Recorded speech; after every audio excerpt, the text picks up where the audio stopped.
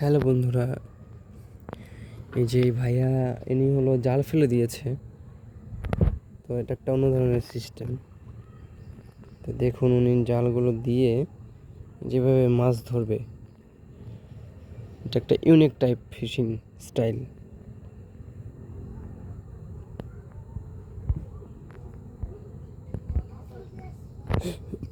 দেখুন মোটামুটি সন্ধ্যা হয়ে গিয়েছে, উনি কিছুক্ষণ পরে জালটা টানবে। দেখা যাচ্ছে কিছু একটা বেঁধেছে জালে।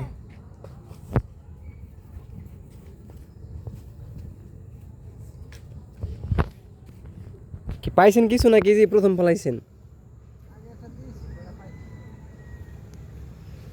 পাবদা পাবদা বাদেশ